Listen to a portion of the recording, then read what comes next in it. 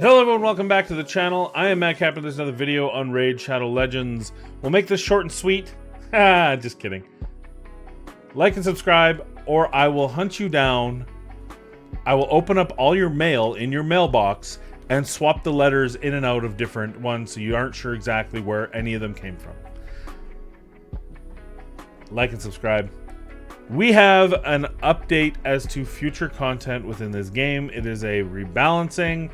First off, sidebar, this is coming from Banana Jam, which is absolutely wonderful to see her back working for the content creator. She is our liaison. Last we heard, she was in the Ukraine, in a city that was at the time near now. I don't know if she's in one of the fully occupied, but she's definitely. Hopefully, this means she's in Poland now and working. So it's good to see that we're getting updates from her again and that she's safe. And we have a balance patch. So this is business as usual. It's a bit of an unfortunate thing that we have to say that, but it is the reality of the world as we know it right now. So we have a bunch of champions being listed, and let's just go through them, talk about them. We'll go through the differences. Then I'll talk about whether I feel this is a big deal or not, whether I think it'll change the champion, and then maybe some things in a couple of them that I think could have been changed. And the first one we want to go to, which is probably the most frustrating because it's a void legendary. How hard you see? I don't have. I mean, you look here. I got them all. If it's non-void. But if it's void, I arguably have the best one, or one of Tahanarok. You can argue between Ursuga and Tahanarok. But I have only one of the four, so that just tells you very hard to get. And then if you pull, you get a barbarian, and this is the barbarian you get. Snowing in the desert. Those are tears of pain and anguish for anyone who has pulled Yakarl. And finally gets a buff. So let's go right through it. First off, we look at Yakarl. And if you can't see this, it's posted in my Discord. Discord is in the link in the description down below. If you can read it on the screen, otherwise I'm just going to read it anyway. So Axe of All Winter is the first one. Attacks one enemy 2 times. Each hit has a 40%. Let's bring up the original. You can see here it's a 20%. So that's just getting doubled, which is good because it's bookable to 50%, which means on 2 hits there's going to be an average of 1 freeze per round. On those 2 hits, obviously, with still the possibility that it won't freeze, which is also good because it is an A1. And then it got rid of all this minutia here. Forget all that garbage stuff underneath, and just add. It steals 100% of the target's turn meter and places a 30% increased speed buff on this champion for 3 turns. Sorry, wrong one.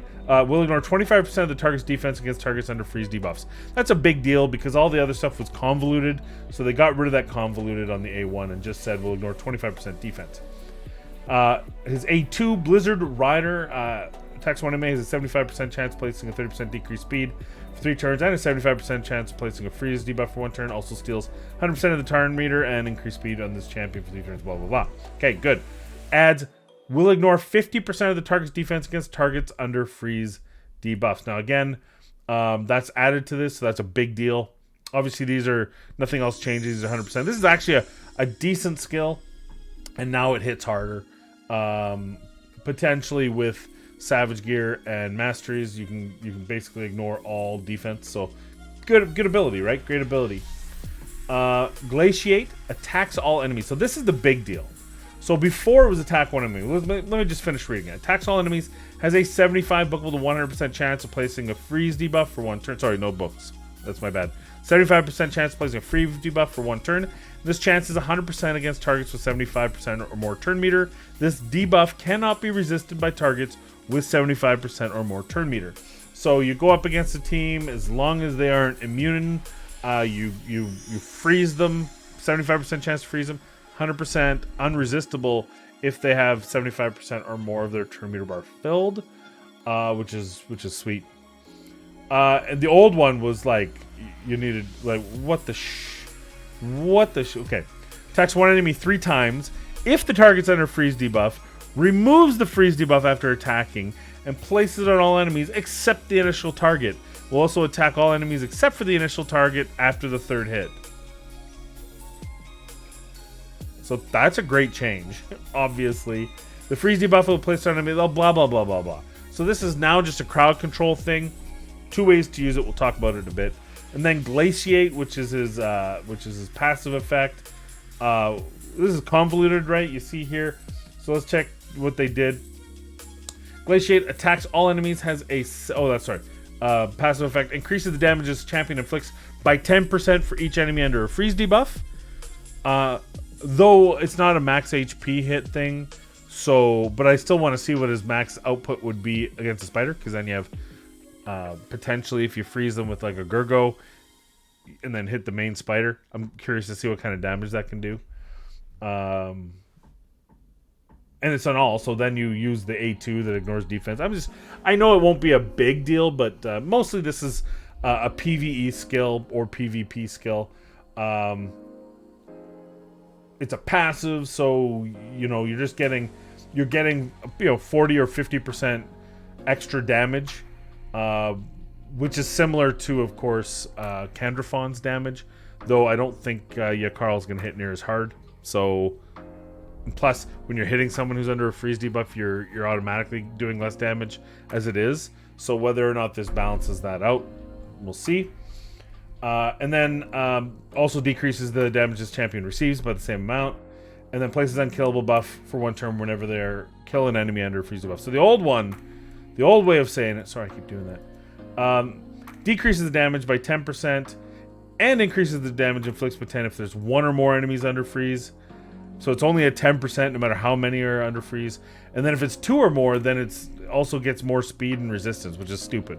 That's just dumb. That's just thank God they got rid of that.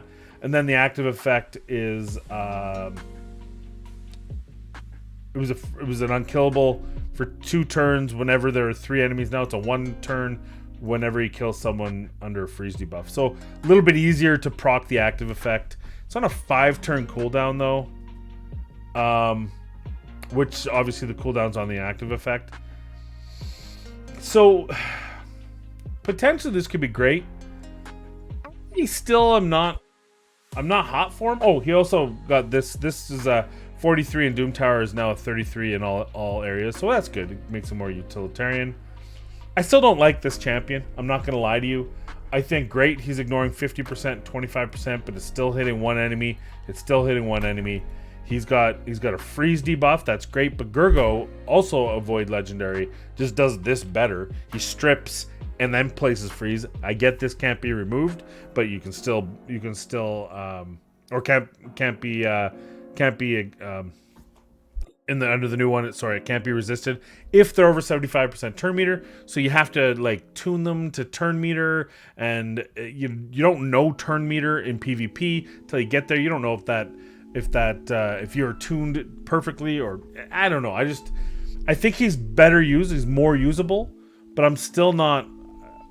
I don't know. I still think that it's still a single target attack. That there's other champions that hit targets better. There's other champions that freeze targets better. This makes him usable. Don't get me wrong. He's now usable. But he's still a legendary attack-based champion with 16k health, low speed, and do you want to use this champion instead of all the other champions? No, I don't. Maybe in Doom Tower scenarios, there might be some really good use for that. I don't suspect he'll be an arena god. Maybe I'm wrong. I know that you can play around with a bit. Do you want to put him right before your nuker, which will basically allow you to be cut, but will stop the I don't know. I go through the scenarios in my head. I don't think it's we'll see what the damage does, but I'm not, and it's certainly a lot better, but I'm not suddenly hot on. I don't suddenly want him. I'll still be okay if I never pull this champion. So that's my thoughts on Yakarl. And I know I've heard a lot of people saying, "Oh, he might be God now." He's placing a freeze. Attacks 1 enemy 2 times. Each hit has a 40% chance. So he's a good chance to put a freeze. Sir Nick does that when it's unresistible. So you don't have to worry about accuracy. You do have to worry about accuracy on him. You don't have to worry about accuracy on Sir Nick. So just as an example, right? Blizzard Rider. It's a single target, so he's decreasing speed on one target and placing a freeze, one turn freeze on one target. Also steals 100% of the target's turn meter, which is good because then he puts that freeze and then sets them right back. There's nothing worse than you freeze someone at 90% and then they just lose the freeze afterwards. Well, there's lots of things worse, but basically it's just miss a turn. This not only misses a turn, but sets them back. So that part is good, but it's a single target, so it's very situationally useful. I do like the fact that it ignores 50% defense against targets under freeze debuffs, but freeze champions have better damage reduction, so it's just kind of balancing that already. And again, still one target. And then this, yes, it hits all enemies. Here's the deal: if it's 100%. And it can't be resisted on 75% or more turn meter. They have to, first of all, not have immunity because it doesn't strip like Gurgo. So if you have Gurgo, better than Yakarl. And you say, okay, well, you don't, Rob, Madcapper, you don't need, this can't be resisted. If the targets have 75% or more turn meter, the rest can be resisted. So what this is either he's a nuker and this is just a safety valve, or he's not a nuker, and there's better champions to do this. And keep in mind that Freeze is great, but better than Freeze is Stun and Ashlon. I mean, there's plenty of other people that have that. Not plenty, but there's enough that this for a Void Legendary still doesn't make enough to me. It's now this here is interesting. The damage increase. If you get the whole team, so 4 people, he gets 40% damage on top of the fact that he's ignoring 50% defense. Sure, but again, Canderfon doesn't have to rely on a debuff for that to happen. He just needs to be veiled, and he gets it, and he has a very hard-hitting AoE to accompany it. So again, there's a legendary that does the damage aspect of this better. So I don't know. Maybe I'm being pessimistic, but I'm still not sold on you, Carl. Cleopterix. So let's go over to good old Cleopterix. I feel like there's too many vowels in there. Why so many vowels? And why she's a bird with a hot body? I don't like it. It makes me feel uncomfortable. That said, just damage increased on her A2 and A3, Sky Punishment and Feather Barrage. How much damage increase depends. I think she's a usable champion in Hydra. Maybe. So far in all the different iterations of Hydra, all teams don't really use Hex. They use Geo or other means like AoE to deal with Head of Torment because it's easier than having to land the Hex and have the Hex, and there's a Strip champion, there's a Cleanse champion, and there's acid everywhere, and there's so many mechanics that even if you land that Hex 8 out of 10 times, it goes away before you get to make use of it. So but at least if there's more damage here, that might be a good opportunity here. My problem with Cleopterix, and she smacks pretty decently. I use her in Faction Wars just to speed things up a bit. But her HP, she's a glass cannon. A strong wind, and which is ironic. She's a bird, and yet a strong wind, and she's dead. So better, still, depending on how much if that damage is significantly increased, which it probably won't be because it's a login champ. Not the worst. Hey, any buff is good buff, right? Samar, however, now this piques my interest because Samar's a champion who could be really good, but he's not. And my hope is they looked at what they did with Magnar and went, well, shit, we made Magnar really good. We should probably make Samar as good as Magnar. And if this champion has Magnar level damage, holy, you've just changed the meta. So this all depends on damage. It could be nothing. He could just be Bommel, which he is right now. But this attacks all enemies, removes 2 random buffs, and places an extra hit on enemies that still have buffs.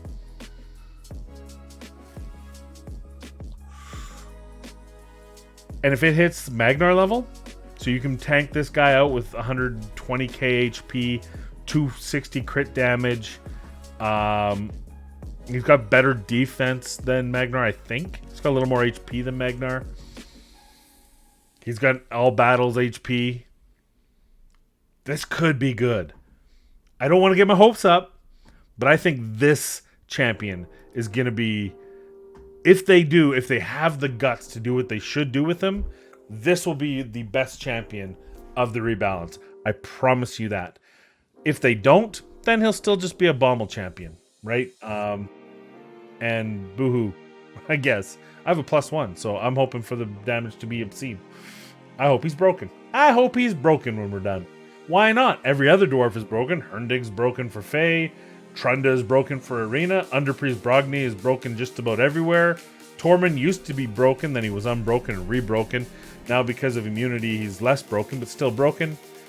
Molly's top tier. Never been broken, though, I will say. She didn't break her. This guy looks broken. He looks like mom had sex with an Aztec, but he's got that weird... Anyway. Why not make another broken? Let's make Samar. Hashtag break Samar. For the good break, not bad break. So then we have Scartorsis. Scartorsis is a good progression champion. He is very undervalued in my opinion, even as he is now. And what they're essentially doing is they're changing this rebirth. They're first off changing his cooldown from 7 to 6, so that's one less. Right now it's 7 to 5. Now it's 6 to 4, obviously. And then he removes debuffs first, then heals. That's always a big deal because there's heal reduction that he then cleanses first. There's I'm trying to think of anything else that would especially matter. Future buffs might, who knows, maybe they'll have a temporary max HP reduction debuff, right? That's possible because there's champions that hit on it at max HP want to have the ability to temporarily reduce max HP. Not steal it like Ethos is A1 type of thing or destroy gear, but just temporarily debuff. Who knows, right? But the big deal here is it's going to remove the buffs first, then heals allies. That's mostly for heal debuff. So he'll actually heal even those champions, which is big because there is a heal debuff, I believe, in Hydra, and there's some Doom Tower champions that maybe if you're not in the Seer world or you have an account that needs that, really good, solid one. And then you have the Ascended. And then removes all, and then heals them. And then it just says, depends on how many debuffs removed. And then Ascended, it has the turn meter component, and they just reword the turn meter as well. So the only difference with him is he gets a cooldown, and he removes the buffs first instead of after healing.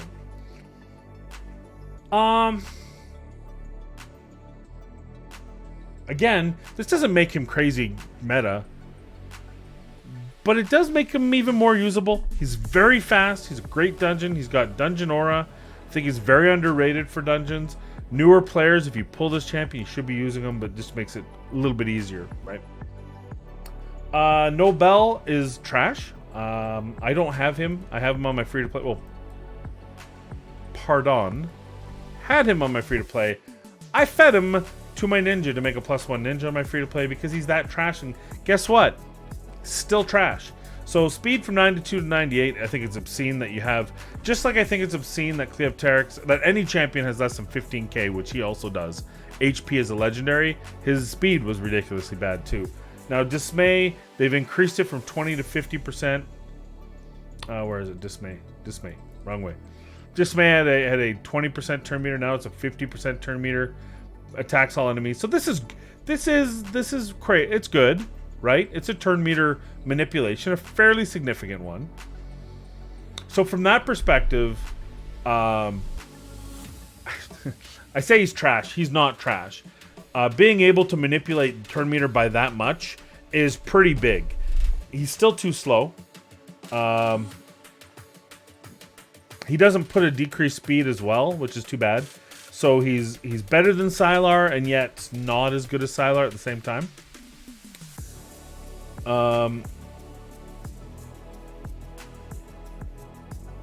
The fear, true fear, I mean, it's situationally, I guess it'll make it good for him. This full depleted thing. So here's the deal. And it may be just how it reads. So he's reducing by 50% turn meter. But that's by 50%, which by the rule of math can never reach 0. If a person has 1% turn meter and you take away half of it, it's 0.5 turn meter, so it's not 0. So I'm curious to see if the implementation is actually 50% of the current turn meter or 50% of their potential turn meter. Because if someone's sitting at 40% and you take away 50% of the potential, they will deplete and then they will be feared. Or he gets the, it gets the true fear on them, right? On that passive. But I'm not a big, it makes him situationally strong. My concern is how strong. I guess in 3v3 maybe. I'm looking at Arena, and I would rather just use a Basher. Obviously a Warlord, but that's stupid to say, because of course you would. But, because what you're seeing here is typically you have a turn meter boost. Or if you go second, a lead. But this would, what's the point of depleting turn meter if you're going second? Because you might already be dead, especially with 14,000 HP. You're probably not living. And there's better champions to use Stone Skin, so don't at me. So this is a go first team. So you have an Arbiter, you have Lysandra, you have a Kimmy, you have whoever. Going first and boosting. Then this is your follow-up. Now, follow-up, I always say, is crowd control. So Warlord's the best crowd control in the game. He locks out the enemy's abilities, followed by Kymar, sleeps the enemies. Just because Kymar's whole skill set's so good. Obviously, sleep in itself is not the best. There's stun, there's freeze, there's taunt, any type of crowd control. This is crowd control. This is reducing their turn meter by 50% so that your team gets to go, which is so strong. So from that perspective, and I think any boss of turn meter, right? Any I'm trying to think, what's the boss that turn meter is so important? I just gimmick the Scarab boss, so that, but I guess you could use him there too. Fire Knight, maybe. What's the cooldown on this? 3 turns booked, so yeah. The thing is what else does he doesn't really bring anything else to the team.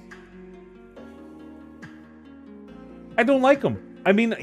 I'll tell you what. Dismay is a strong ability. Forget the true fear and fear stuff. I'm not a fan of the buff. I think it's too RNG. A coin flip to win or lose based on true fear and fear is silly, which it is in the arena. In the arena, typically you get one chance. Like Eminem says, you get one chance. And then done. In PvE, it's different because you're putting fear for multiple turns. You can put him for example, with a champion like Mashalad and play with that and make it just that much more powerful, because then it's a multiplicative or additive, I guess, chances for true fear to do something positive for your team. And of course, that turn meter in PvE is even. It's not as definitive, but it's certainly more debilitating for the enemy team, because you're just in PvE, they just never get a chance. You have a couple turn meter, you have Lysandra and this guy, and whatever, even if your team doesn't have the damage of an endgame account, it don't matter. You're still going to kill them. So, so I think from that perspective, it makes him better. I think probably Faction Wars, he's now definitely usable. But because of the rest of what he does, I'm not a fan of it. Right? His A2 is ignoring defense, fills the turn meter. If it's under a fear, decreases dismay, which is good because now it'll be down to a 2-turn. But it's a single target. I don't know. To be perfectly honest, still not a fan. Makes him usable, but still not usable enough. Not likable enough. That's my opinion. What's your opinion? Let me know in the comments down below. That is it for the review. It's funny, I already recorded this once and I came to the exact same time, so I give up. You guys can run me in 2x speed and that'll work. Thank you for joining me today. We don't have a time frame of when this is going to be updated, but hopefully sometime soon. Hope your CVC is going well. I hope all the different events. Keep in mind that there is a coming champion event that's been announced.